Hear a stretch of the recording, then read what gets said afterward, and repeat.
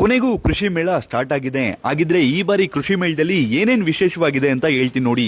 ಈ ಬಾರಿ ನಮ್ಮ ದೇಶದ ನಾಟಿ ಹಸುಗಳ ಬಗ್ಗೆ ಹೆಚ್ಚಾಗಿ ಗಮನವನ್ನ ಕೊಟ್ಟಿದ್ದಾರೆ.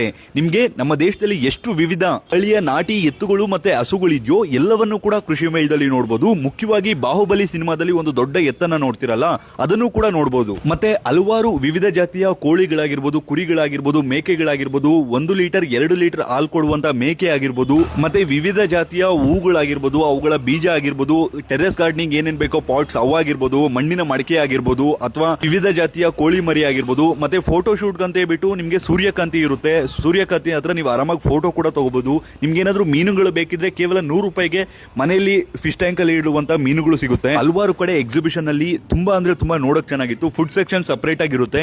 50 ರೂಪಾಯಿಗೆ ಊಟ ಕೂಡ ಅರೇಂಜ್ ಮಾಡಿದ್ದಾರೆ JKVK ಅವರು. ಆದ್ರೆ ಟೈಮಿಂಗ್ಸ್ ಇರುತ್ತೆ, ಅದಕ್ಕೆ ಟೋಕನ್ ತಗೋಬೇಕಾಗುತ್ತೆ. ಇನ್ನೂ ಅನೇಕ ವಿಷಯಗಳನ್ನ ನೀವು ಕೃಷಿ ಮೇಳದಲ್ಲಿ ತಿಳ್ಕೋಬಹುದು.